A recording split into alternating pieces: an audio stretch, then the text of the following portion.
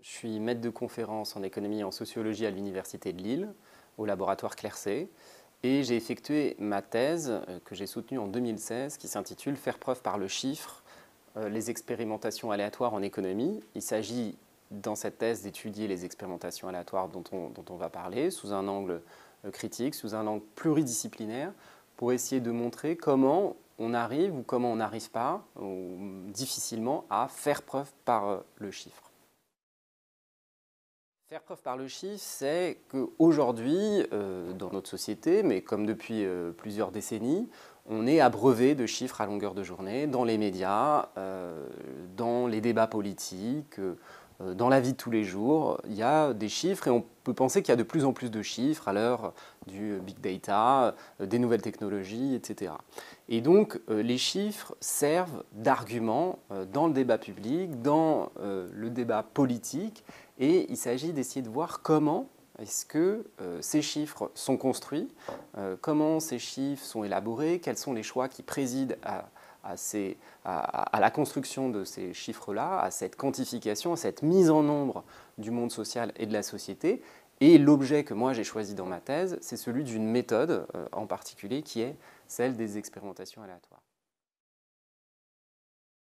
Les expérimentations aléatoires, c'est une méthode parmi d'autres d'évaluation d'impact. Qu'est-ce que c'est l'évaluation d'impact? C'est essayer de savoir les effets d'un programme, d'une politique, ça peut être aussi d'un médicament, hein, on connaît les essais cliniques en médecine, avec la difficulté principale de l'évaluation qui est ce qu'on appelle dans la littérature spécialisée le contrefactuel. Alors qu'est-ce que c'est le contrefactuel? C'est l'idée de savoir ce qui se serait passé.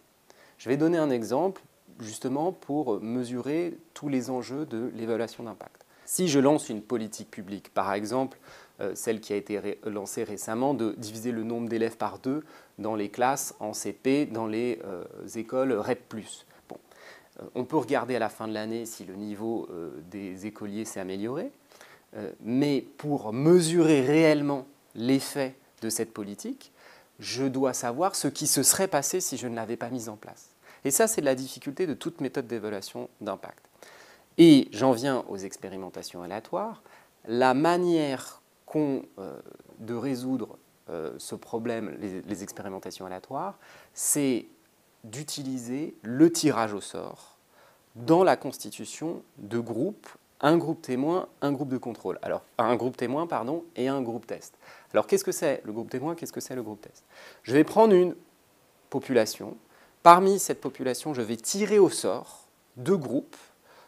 Un groupe qu'on va appeler le groupe témoin à qui je ne vais rien donner, et le groupe test à qui je vais donner ce que je souhaite tester, ce dont je souhaite tester l'efficacité, que ce soit un médicament, une politique publique, un programme, etc. Par exemple, dans l'exemple que j'ai donné sur les classes de CP, je pourrais tirer au sort des classes de CP que je laisse avec leur nombre d'élèves initial, et je peux tirer au sort un autre groupe de classes de CP que je vais appeler le groupe test, où dans ce groupe-là, je divise le nombre d'élèves par classe par 2. Pourquoi est-ce qu'on tire au sort? C'est tout l'intérêt de cette méthode. Si je tire au sort, j'ai toutes les chances que les 2 groupes se ressemblent statistiquement parlant. Si ces groupes sont comparables, là c'est l'intérêt précisément de cette méthode en matière d'évaluation d'impact, c'est que pour savoir ce qu'aurait été par exemple le niveau du groupe test dans lequel j'ai divisé le nombre d'élèves par classe par 2, pour savoir quel aurait été son niveau à ce groupe-là, eh bien je regarde le groupe de contrôle qui lui est comparable. C'est tout l'intérêt du tirage au sort pour assurer la comparabilité entre 2 groupes. Et là, je résous la fameuse question de ce qui se serait passé. Enfin, au moins, je me donne les moyens de résoudre cette question de savoir ce qui se serait passé. Je me donne les moyens de résoudre la question du contrefactuel pour savoir.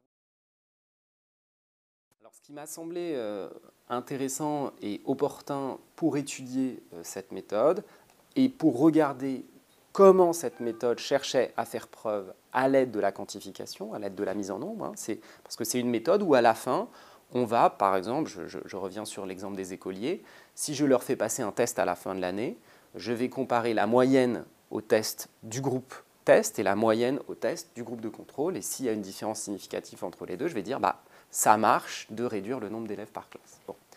Donc, à la fin, j'ai un chiffre. Ce qui m'a intéressé, c'est comment ce chiffre est construit. Et pour regarder comment ce chiffre est construit, ce qui me semblait le plus pertinent, c'est d'adopter une posture pluridisciplinaire. Et c'est ce que j'ai essayé de faire dans ma thèse, en faisant à la fois de l'économie, à la fois de la sociologie, et en allant de manière plus générale piocher dans l'éventail des sciences sociales, d'un point de vue méthodologique, à chaque fois que le besoin se faisait sentir. J'ai donc fait une revue systématique de la littérature, en étudiant la littérature économique sur le sujet, en essayant de la décortiquer, d'en faire une analyse critique d'un point de vue théorique. Mais aussi, ce qui m'a intéressé, c'est de faire une analyse empirique des expérimentations aléatoires. Qu'est-ce que j'entends par là ? J'entends par là qu'il y a une littérature critique sur cette méthode des expérimentations aléatoires qui se développe de plus en plus depuis une quinzaine d'années, avec des noms comme Angus Deaton, qui a obtenu le Nobel d'économie il y a quelques années. Mais ce qui est moins développé, c'est une approche plus empirique, c'est-à-dire regarder comment les expérimentations aléatoires sont faites sur le terrain et non pas comment elles sont censées être faites en théorie. C'est très intéressant d'avoir une discussion théorique sur cette méthode des expérimentations aléatoires, j'y ai pris ma part, mais ça me semble être intéressant de compléter en regardant comment sur le terrain sont faites ces expérimentations aléatoires. Alors, pour faire ça, il y a plusieurs moyens. Le moyen le plus évident auquel on peut penser, c'est de se rendre sur le terrain pour aller voir comment ça se passe sur le terrain. Alors ça nécessite d'y rester un certain temps, sachant que les expérimentations aléatoires durent souvent plusieurs années, le temps d'arriver sur un terrain. Vous arrivez au Kenya, vous arrivez en Tanzanie, vous arrivez dans un collège du rectorat de Créteil, par exemple. Il faut prendre ses marques, il faut discuter, il faut mettre en place. Voilà, ça prend généralement des années. Le temps de la thèse n'est pas forcément compatible avec rester sur le terrain très longtemps. Par ailleurs, je dois dire que on ne m'a pas accueilli à bras ouverts sur le terrain, c'est le moins qu'on puisse dire, pour que je puisse aller observer ce qui s'y passait, connaissant mon point de vue possiblement critique, en tout cas d'un point de vue théorique, sur cette méthode-là. Donc les portes du terrain m'ont été plutôt fermées. C'est pour ça que j'ai plutôt adopté une autre méthode chère aux sciences sociales et tout à fait intéressante pour ce sujet-là, qui est celle de l'entretien. Puisque je ne pouvais pas aller par moi-même voir ce qui se passait sur le terrain, et puisque de toute façon, même si j'avais pu le faire, je n'aurais pas pu multiplier les terrains. Il y a environ 1 millier d'expérimentations aléatoires qui ont été menées depuis 15 ans dans environ 80 pays dans le monde. Donc une diversité de lieux, etc., que j'ai essayé justement de contourner en faisant des entretiens avec celles et ceux qui pratiquent ces expérimentations aléatoires. Que ce soit des économistes comme Esther Duflo et d'autres, mais aussi des gens qui étaient sur le terrain, ce qu'on appelle des assistants de recherche, et qui me donnaient à voir comment se déroulaient en pratique ces expérimentations aléatoires. Et ce qui m'a permis de voir que dans le passage de la théorie à la pratique, il y a toute une série d'arrangements, de bricolage, qui sont tout à fait normaux. Dès qu'on applique quelque chose, dès qu'on applique une théorie, il faut bien qu'on s'adapte à la réalité qui ne colle pas toujours à la théorie. Et j'ai essayé justement dans ma thèse de mettre au jour toute cette série de bricolage, d'arrangements dans la pratique des expérimentations aléatoires par le biais des entretiens. Et enfin, j'ai complété ces approches qualitatives par des approches plus quantitatives, pour le coup, en pratiquant ce qu'on appelle la prosopographie, c'est-à-dire l'étude de parcours, de CV, de gens qui participent à cette méthode-là. Et j'ai aussi utilisé l'analyse de réseau, c'est-à-dire de voir qui travaille avec qui écrit avec qui fait des expérimentations avec qui, pour voir un peu quels sont les acteurs les plus centraux de cette méthode des expérimentations aléatoires.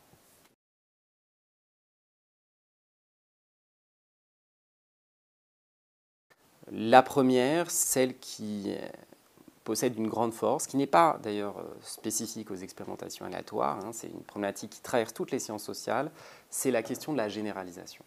C'est-à-dire, je vais tirer au sort un certain nombre d'écoles dans un territoire donné, que ce soit par exemple dans le rectorat de Créteil, que ce soit à l'ouest du Kenya, là où beaucoup d'expérimentations aléatoires ont été réalisées.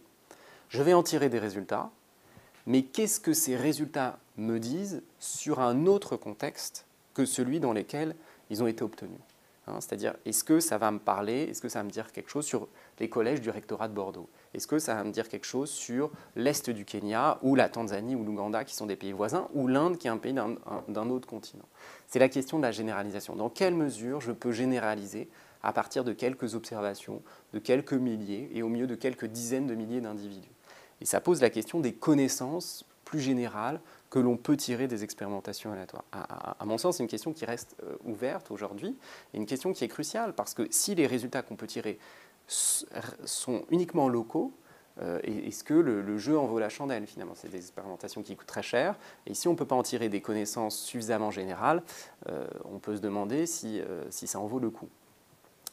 Il y a une autre critique qu'on peut mettre en avant, qui a été mise en avant par un certain nombre d'économistes, qui est celle de la causalité. Et pour ça, il faut avoir en tête la différence entre ce qu'on appelle les preuves d'efficacité et les preuves de causalité, ce qui n'est pas toujours évident, mais c'est une chose de savoir si une politique, un programme, un médicament marche, ça c'est ce qu'on appelle les preuves d'efficacité, mais c'est autre chose de savoir pourquoi ça marche. On peut très bien voir qu'un programme marche, mais pourquoi est-ce qu'il fonctionne, c'est une autre question, et ça, c'est les preuves de causalité. Et les expérimentations aléatoires, telles qu'elles sont pratiquées à l'heure actuelle, nous apportent finalement peu d'éléments sur la causalité. Pourquoi? Parce que la causalité ne peut jamais être saisie uniquement à travers des statistiques, uniquement à travers des chiffres. Si je vois que réduire le nombre d'élèves par classe en CP, ça marche, j'ai une preuve d'efficacité. Mais pourquoi ça a marché? Est-ce que les élèves pouvaient davantage poser de questions aux instituteurs, aux institutrices, par exemple? Est-ce que ce sont les enseignants qui ont été moins fatigués?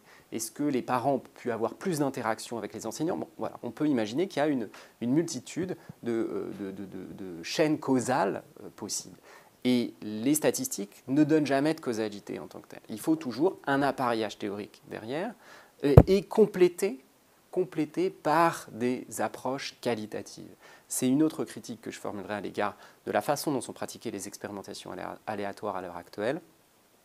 C'est la mise à l'écart, la marginalisation des méthodes qualitatives, qui pourtant ont un rôle à jouer pour contextualiser les résultats et pour donner des éléments en matière causale.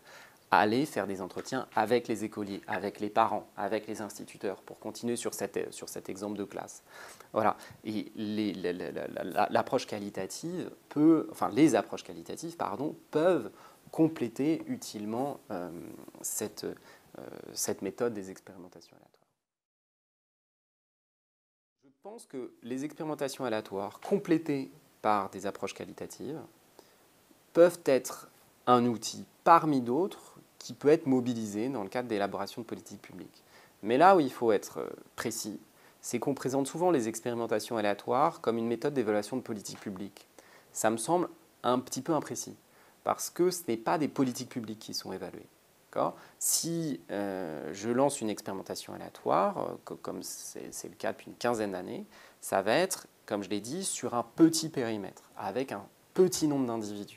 Donc c'est pour ça que je préfère parler de programme ou de projet plutôt que de politique publique. Ce n'est pas des politiques publiques de grande ampleur qui sont évaluées.